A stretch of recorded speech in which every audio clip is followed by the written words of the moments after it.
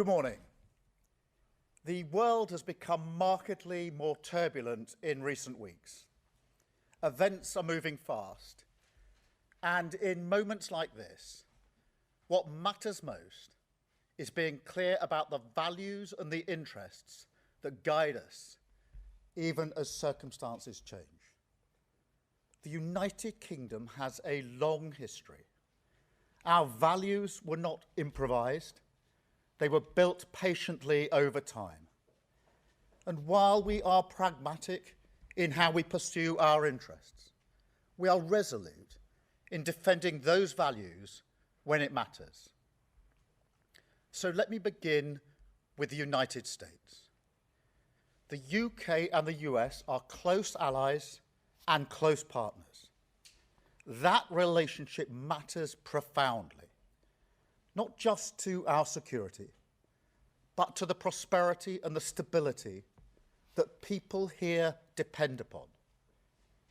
Under President Trump, as under previous presidents, we're determined to keep that relationship strong, constructive, and focused on results. And that approach is delivering.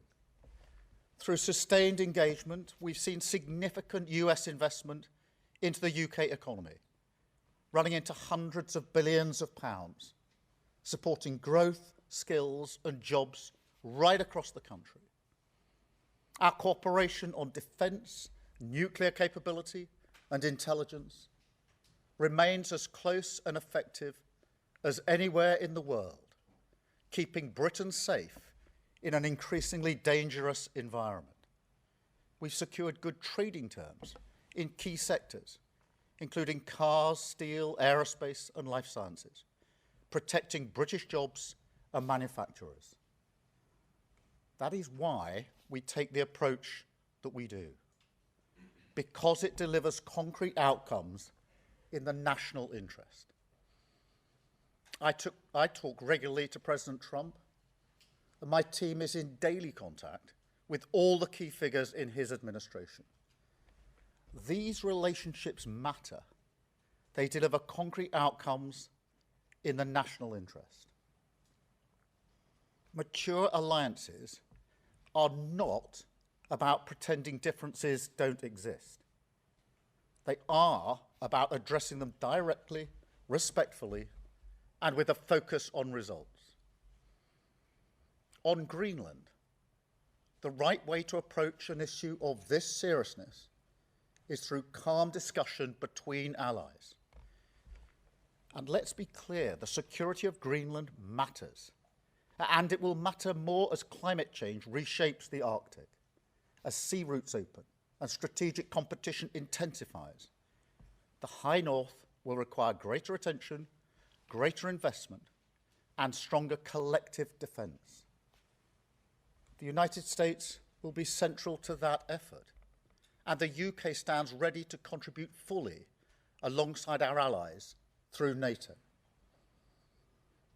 But there is a principle here that cannot be set aside, because it goes to the heart of how stable and trusted international cooperation works. And so any decision about the future status of Greenland belongs to the people of Greenland and the Kingdom of Denmark alone. That right is fundamental, and we support it.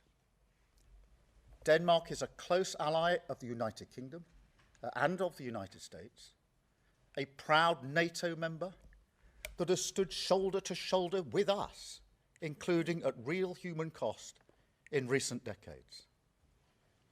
Alliances endure because they're built on respect and partnership, not pressure.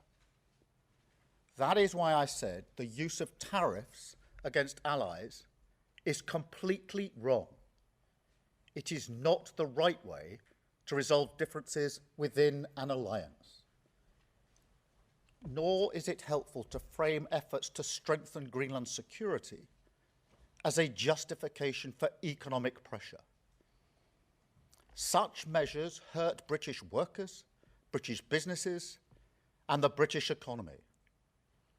And that is why I've been so clear on this issue. A trade war is in no one's interest. And my job is always to act in the UK's national interest. That is why yesterday I spoke to President Trump, to European leaders, and to the Secretary-General of NATO to find a solution rooted in partnership, facts, and mutual respect. Because that is how strong alliances protect shared interests. The same is true on other issues. In the Middle East, we welcome President Trump's focus on sustaining the ceasefire in Gaza and moving on to phase 2. We are open to participating constructively in such efforts. On Ukraine, I can be brief. We strongly support efforts to bring the killing to an end and secure a ceasefire as soon as possible. We recognise President Trump's role in pushing that process forward. And we will work closely with the United States, Ukraine, and our other allies to apply pressure where it belongs on Putin. Finally, let me say why all this matters so directly to people here at home. In today's world, geopolitics is not something that happens somewhere else. It shapes the cost of energy, the price of food, the security of jobs, and the stability that families rely on to plan their lives. When war drives up fuel prices, it's households who feel it first. When supply chains fracture, it's small businesses and working people who absorb the shock. And when instability grows, it's rarely those with the most power who pay the price. That is why this government's approach is rooted in a simple belief that we must use every tool of government, domestic and international, to fight for the interests of ordinary people. At home, that means active government. It means taking responsibility for economic stability so that inflation is controlled, interest rates come down, and family budgets are protected. It means stepping in where markets fail, strengthening resilience, and ensuring that global shocks do not always land on the same people in the same places, the people least able to withstand them. That's why we've taken action to reduce energy bills, to freeze rail fares and prescription charges. But tackling the cost of living today also means engagement beyond our borders. It requires shaping the world around us, not retreating from it. It requires strong alliances, steady diplomacy, and rules that reduce uncertainty rather than amplify it. That is why our commitment to international law and to alliances founded on trust is not abstract or ideological. It's practical. It's about stability, predictability, and fairness. The conditions that keep prices down, jobs secure, and economies resilient. That is what active government looks like in an age of uncertainty. Steady at home, engaged abroad, and always focused on protecting the people that we serve. Britain is a pragmatic country. We look for agreement. We believe in partnership. We prefer solutions to slogans. And we will not indulge in commentary and gesture politics that harm the British people. But being pragmatic does not mean being passive. And partnership does not mean abandoning principle. That is why it's important to be clear about who we stand with, what we stand for, and where our interests lie. Now, this is a moment for the whole country to pull together. So I warmly welcome the support we've had with regards to Greenland and the proposed tariffs from the leader of the opposition. I thank her for her support. At moments like this, there will always be people who reach for the performative, who think an angry social media post or grandstanding is a substitute for hard work.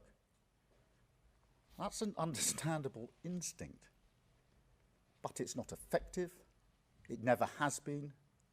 It may make politicians feel good, but it does nothing for working people whose jobs, livelihoods and security rely on the relationships that we build across the world. So to conclude, we will work with our allies in Europe, across NATO and with the United States. We will keep dialogue open. We will defend international law. And we will use the full strength of government at home and abroad to protect the security, living standards and future of the British people. That is the approach I will take as Prime Minister, and that is the responsibility that this moment demands. Thank you. I'm now going to take some questions, and I've got a fairly extensive list. You'll be pleased